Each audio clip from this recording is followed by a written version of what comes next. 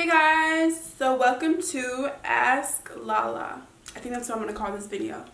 So I just posted on my Instagram story and asked you guys to send me questions because I was just overall asking like recommendations for YouTube videos, and one person said to do like an advice video where people send me their problems and I answer them, or like I give my advice on what I think they should do. So then I made another post and just told people to send me their issues, whatever they want advice on, and I'm going to keep it anonymous, of course. Yeah, so I'm just going to get into this. Also, just a little disclaimer, this is clearly just coming from my personal opinions.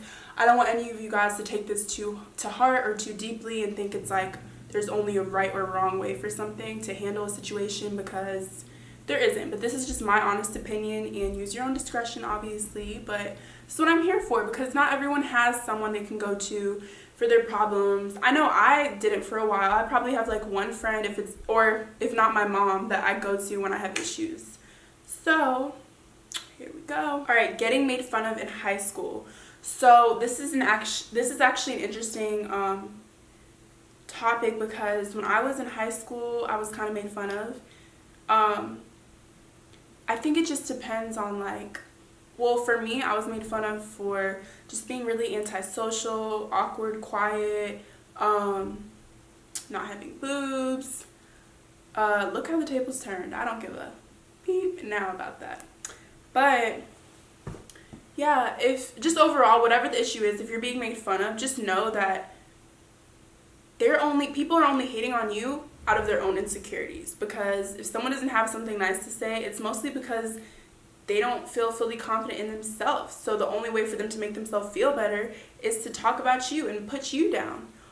So I would just completely ignore it. And I know it is hard sometimes to ignore things, but that's the only way you're going to just get through it. Just don't listen to what people say, and just know that their opinions do not matter, because they're coming from a place of insecurity and they're not happy with themselves. And if you're not happy with yourself, you're not going to be happy with anything else in life. That's the first step to self-love. Just accept yourself, accept your flaws.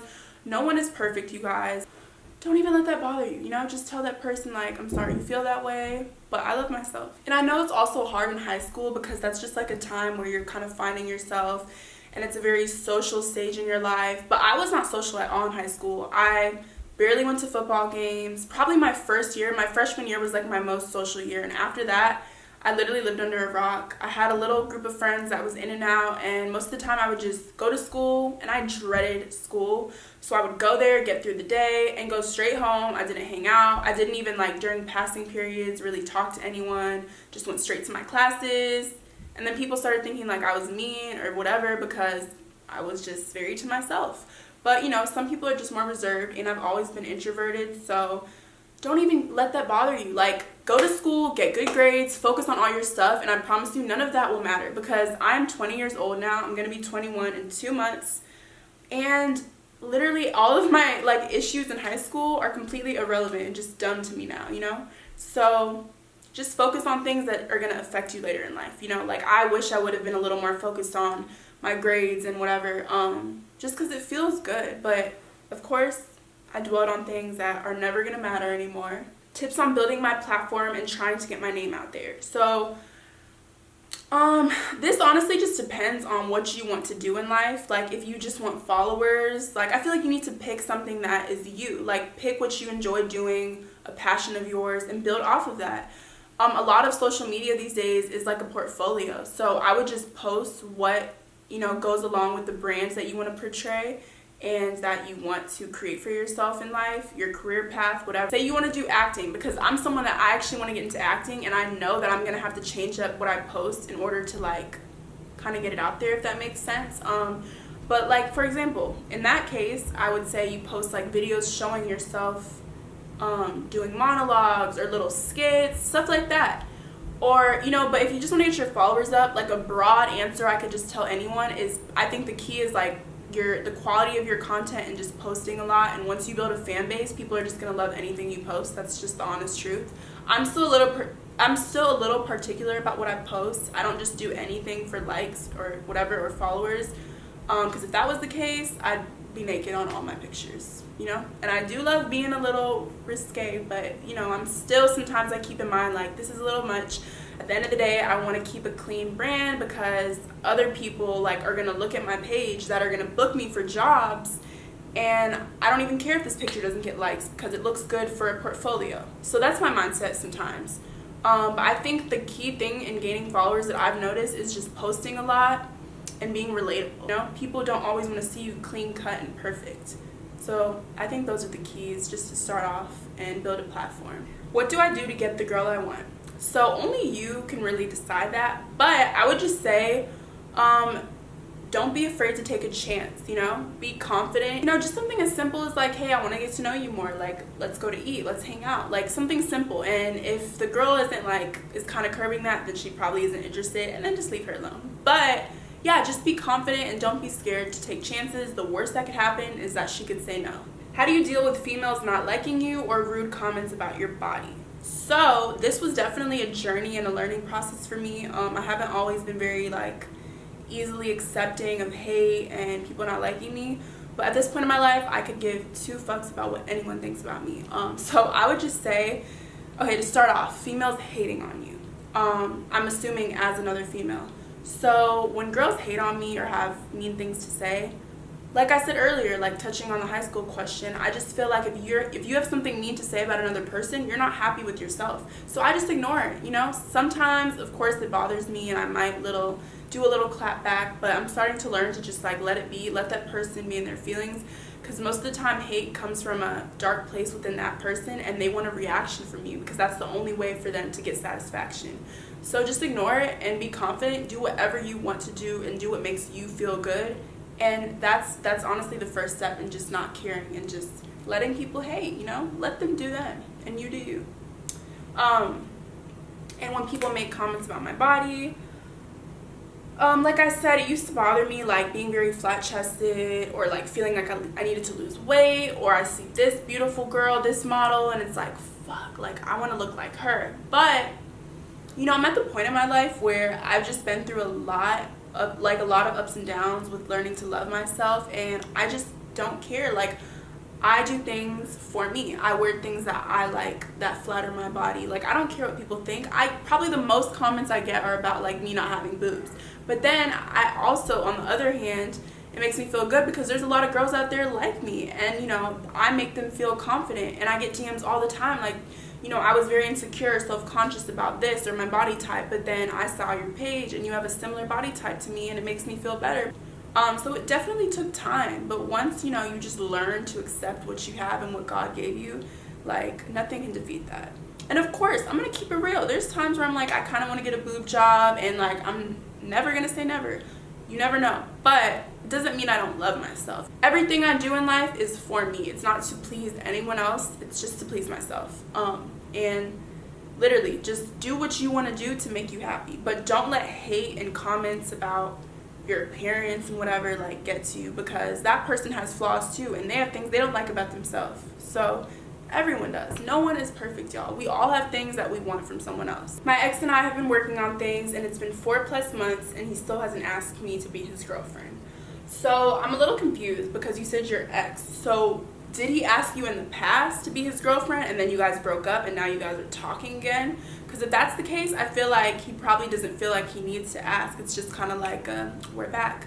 But then again, I know it's annoying. Like, I'm a little old-fashioned and I like guys to ask me or tell me like I'm their girlfriend, because if they don't, then they're like, oh, you're crazy, I'm not your man. So, you know, I think that if you guys were together in the past and you're comfortable with that person, just be straight up and ask them, like, look, you know, we're dealing with each other again. I just want to be clear. Like, are we together for real this time? Like, are you my boyfriend? Because that'll determine a lot of things in a lot of ways, you know, I'm about to act. So I would just be straight up and tell him. And if he's going to continue to waste your time and beat around the bush and not want to tell you or give you an answer, then girl, you need to say bye to that again and move on. Do you, and like a man will come along that really is for you and has no problem explaining that.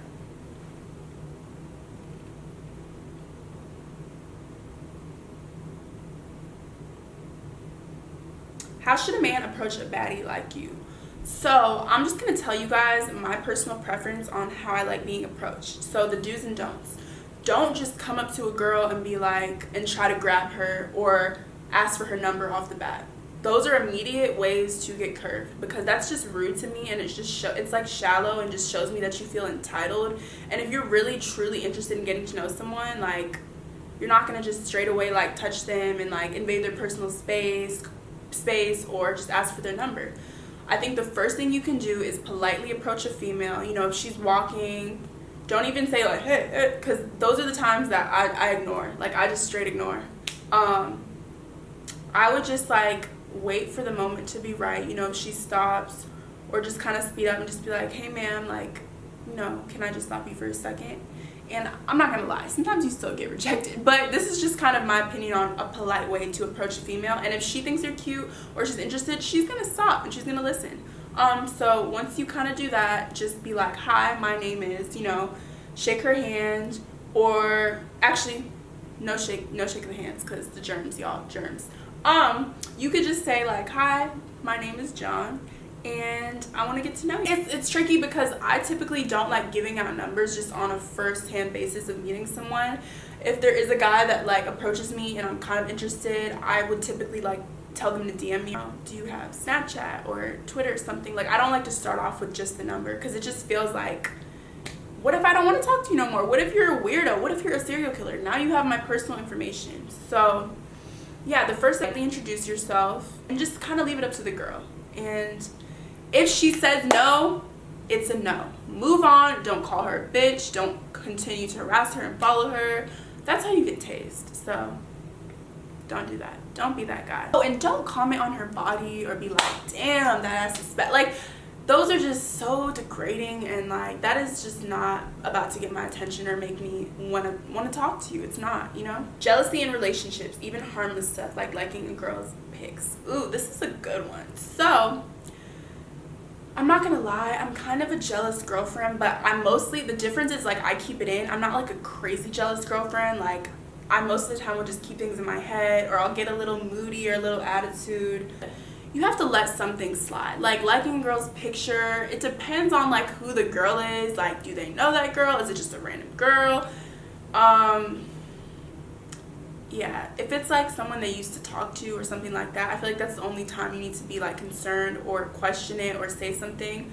Other than that, like, if it's just like a celebrity's picture or a pretty girl, like, I wouldn't even trip, because I like guys' pictures too, you know. It's like different when they're overly thirsty, like liking 10 in a row or commenting, or, you know, that's when it's a problem. But if it's just the innocent like, I don't even think that's worth picking a fight over. And you kind of just, it comes with maturity.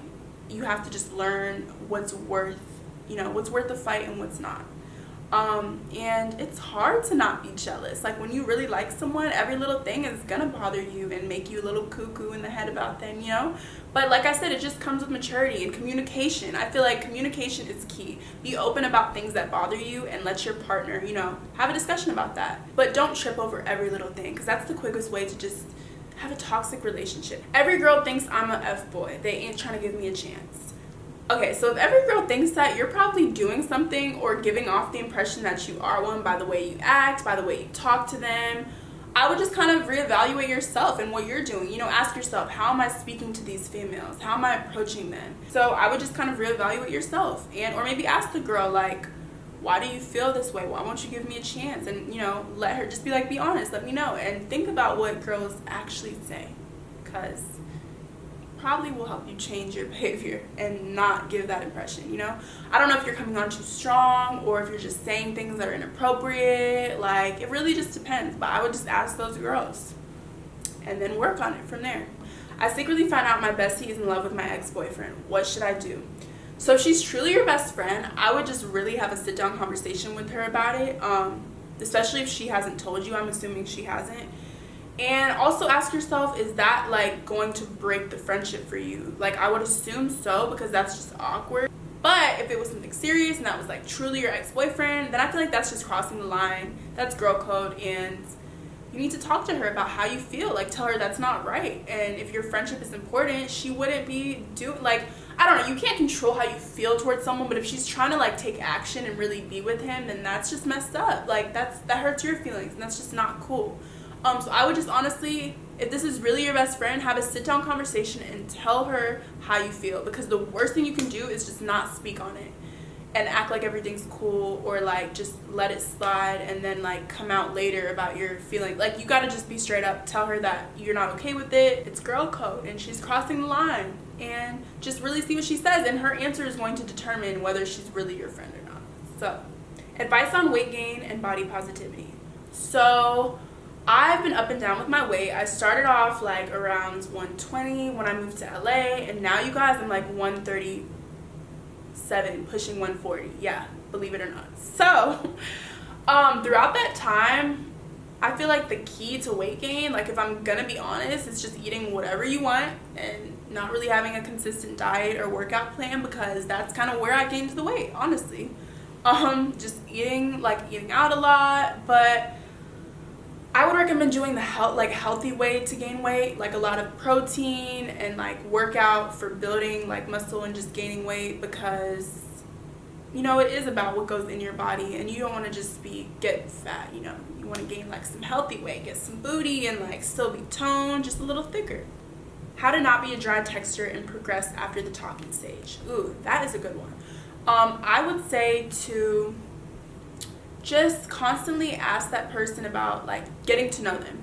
I feel like the most annoying thing when you're texting someone you like to make the conversation dry is just like constantly saying like, what are you doing, over and over, or just not being consistent in the conversation. I think you should just constantly ask that person questions about themselves and just continue getting to know them, because that's only going to elevate you guys from the talking stage. Alright, so for the last question, you guys, it is, which do you think is better, cutting someone toxic off right away or slowly distancing? So yeah, I'm at the point where if you do something that really bothers me, it's just snip snip out of my life. I don't have time for games. I don't have time to just constantly be giving someone chances. It also depends on the extent of the relationship. If this is like a long time friendship, then I feel like the key thing is to just communicate. Tell them what's bothering you. Tell them you don't like how they're being or their actions or something they did.